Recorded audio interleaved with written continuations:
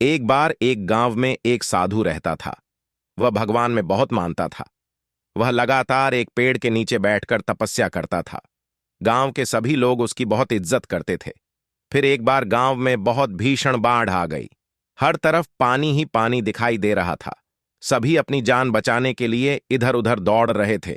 कई लोग ऊंचे स्थानों की तरफ बढ़ने लगे।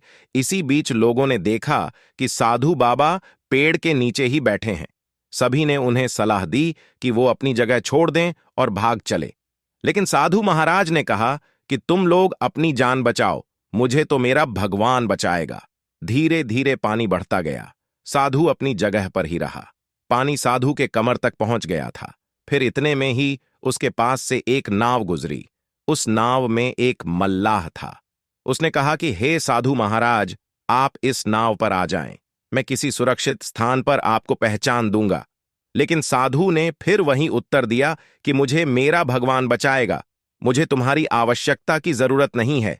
नाव वाला भी वहां से चला गया। कुछ देर बाद बाढ़ और भी ज्यादा हो गई। साधु को लगा कि उसे पेड़ पर चढ़ना होगा। साधु ने सोचा कि उसे वहां बैठकर ईश्वर को याद करना होगा। इतने में ही उसे गड़गड़ाहट की आवाज सुनाई दी। उसने देखा कि एक हेलीकॉप्टर उनकी मदद के लिए आया है। उस हेलीकॉप्टर में से बचाव दल ने एक रस्सी लटकाई और साधु को उसे पकड़ने का आग्रह किया।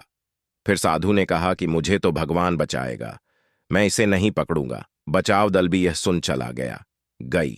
जब मृत्यु के बाद साधु महाराज स्वर्ग पहुंचे तो उन्होंने भगवान से पूछा कि मैंने तुम्हारी आराधना इतने मन से की, लेकिन फिर भी मैं डूबकर मरा। तुम मुझे बचाने नहीं आए, आपने ऐसा क्यों किया?